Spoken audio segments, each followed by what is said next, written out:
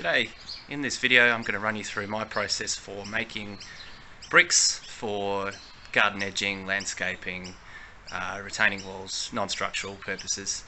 I came up with this process last year during COVID lockdown when I had a bit of spare time on my hands to make bricks using no fine cement in moulds using ingredients you can find at any hardware store.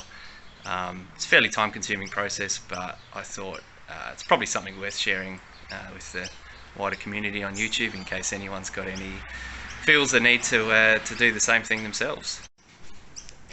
So here's one of the bricks I've been making. So they're made using no fine cement, as I mentioned, which is basically as opposed to regular concrete, it's just a mixture of gravel and cement without any sand.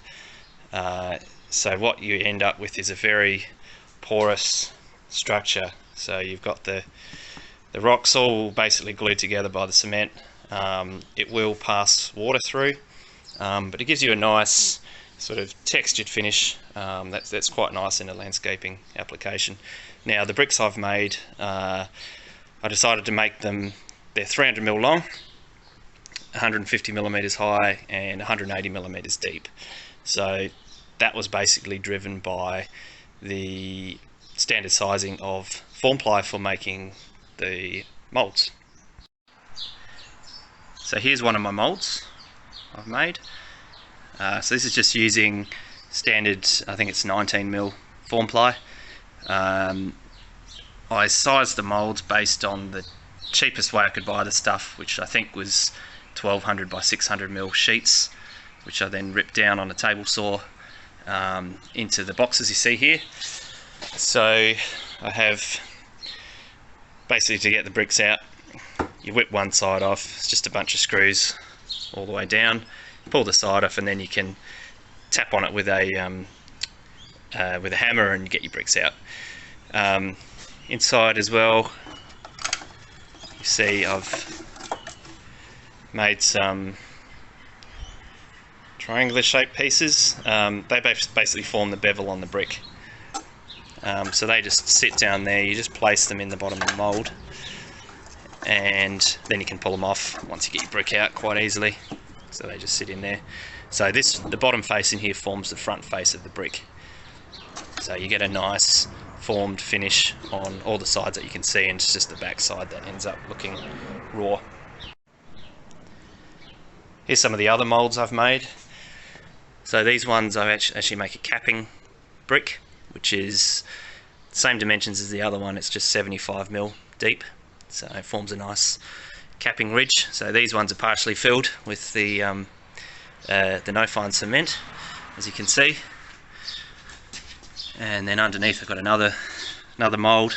So all up I've got enough moulds here to make about 50 bricks in a batch, which uses up about a half ton of gravel. These ones here are a slightly tapered brick, so the top's narrower than the base, so they allow me to form a curved surface with these bricks, a curved edge rather. And then over here I have a couple of what I call the special bricks. So I'll show you my wall in a minute, but there's some non-square angles, so this is about a 100-degree angle in here. This is another that's going the other way, that's the 80-degree version. And there's some other special bricks in here for mainly for corners. So that's one of the advantages of this method, is it allows you to tailor your own bricks to suit whatever your wall and your dimensions and your angles. So here's the mix. This is one that's been through the mixer. So it's you got to be pretty precise with the mixing. It's doing no fine cement, it's really sensitive to moisture content. So basically my mix ratio is I use 20 litres of gravel. So that's what I'm using, is a 10mm dolomite screenings. You can use whatever size you want, whatever colour you want, but this is just what I went with. I find the finer, if you went much coarser brick, you'd end up with, for making bricks, it'd be probably too too coarse, too much texture. So probably about a 10mm size is about as large as you'd want to go for brick making purposes. So yeah, 20 litres of the gravel. So it's just two 10-litre buckets I mix in, and we've got cement. So that's a 2-litre ice cream container, so it's 2 of those, so 4 litres per mix. So 20 litres of gravel, 4 litres of cement, exactly 2 litres of water. So I got my trusty milk container. So you'd have to be a little bit careful though, mixing your water in. So normally fill that full and put in about 3/4 of it, and then just tweak it at the end, because you find if your gravel is wet like it is today, you definitely have to reduce the amount of water you put in, because it's quite sensitive to moisture. The other thing I put in, just for a bit of colour, which if you're making your own, you just have to play around with and make some mixes and just tailor your mix to suit whatever colour you're trying to achieve. So I've got some oxides down here. That's just a charcoal oxide. So I just, in my mix, I put 2 of these little, I think it's one of the kids' medicine thing. I don't actually know how big this is. It's probably 50 mils or something. But anyway, a little fella. 2 of those of the black, and then I also put 1 of these of the sandstone coloured oxide. Just gives the colour a little bit of warmth. So 2 of these of gravel, 2 of these of cement, 2 of these of black oxide, 1 of these of sandstone oxide, and 2 litres of water. So you stick that all in the mixer, whiz it around for a little while, and you come up with something like this. Now, when you first put it in, it will look too dry, and you'll think, oh, I need to put more water in. Just leave it, let it mix. This here, that's about right. That's about what you're looking for. It's probably, if anything, it's slightly on the wet side, this mix. So you want the rocks to all look glossy like this, without being sloppy.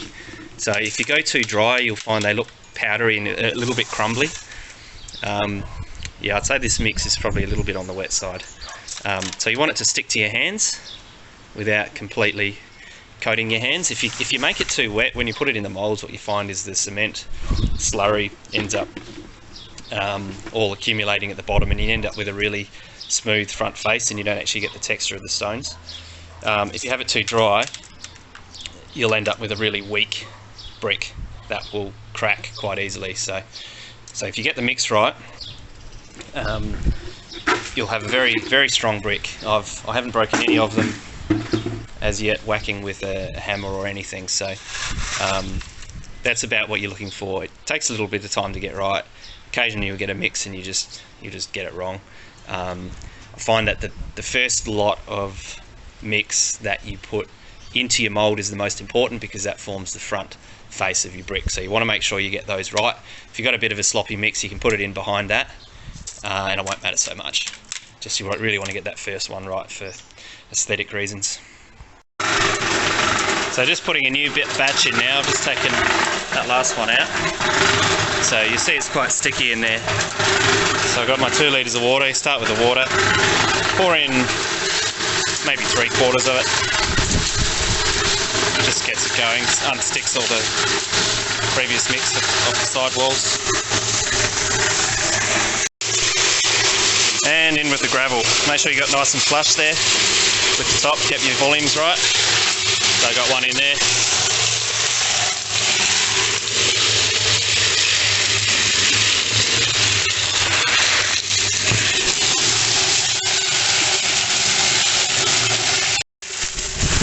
The outside.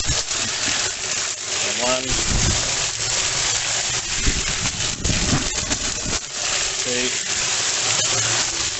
and 1 of these. Find close enough is good enough for the mix of beads. Sort of want a little bit of variation between your batches of bricks. Make sure it doesn't all look quite too uniform. And then in with the cement. So I've already put one of these in, now this is the second one.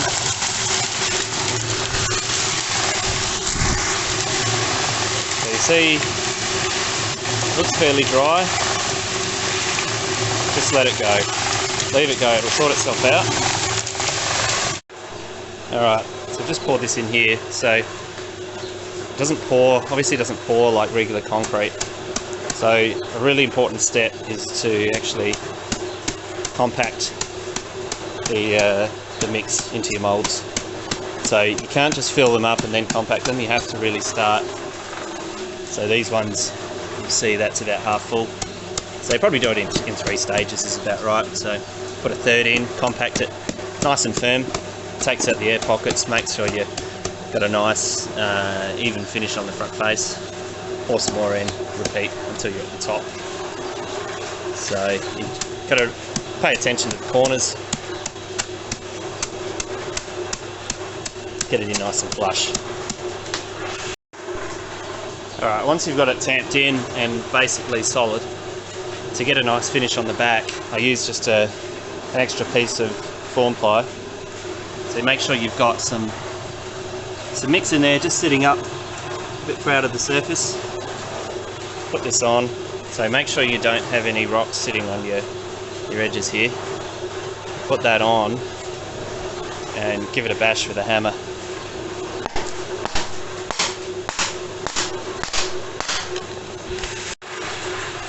And then once you're done, we'll end up with something that looks like this, where you've got a pretty nice, smooth, consistent finish on the back. The finish here is never going to be as good as the other sides. If you did have a brick that you needed a really nice back face on, you'd probably hit this guy in place and then leave that until the brick's cured, just to keep your finish really nice. But most of the time you're not gonna care, so that's good enough. So I finished my whole batch. So I've got the three sets there and a couple of sets there. Once you're done, the last thing to remember is it's a really good idea just to make sure you cover everything up. The no fine cement is quite sensitive to drying out too quickly, so you just want to make sure it gets a nice even cure without drying out too quickly. So I tend to find if you leave them in the mould for 24 hours, you can get them out at that point. Probably would recommend leaving them in for a week, but if you're really careful, you can get them out after a day if you're really trying to get another batch in. Here's some I prepared earlier. This is my work in progress wall.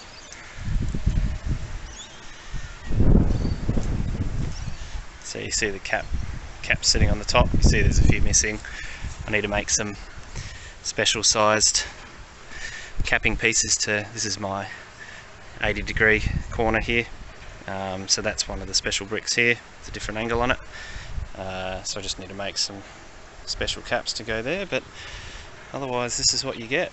So one of the main benefits that I see of this type of brick construction is the fact that they're porous means that you don't need to run an ag drain on the other side of the wall. So any excess water on the other side of the wall will just seep through the bricks and out the other side. So so when you lay them on the other side, you want to lay some geofabric or I think I just used some old towels and some old rags in there, just to stop the soil completely filling up the pores. But you probably get away without anything if you really wanted to. You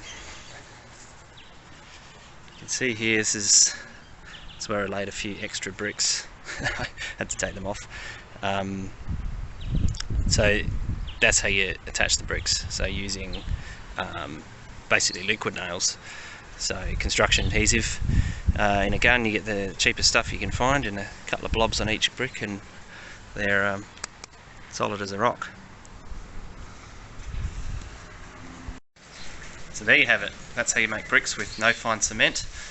It can definitely be a worthwhile process if you're willing to put in the time. It does take a fair bit of time, so in hindsight, would I have bought the bricks instead?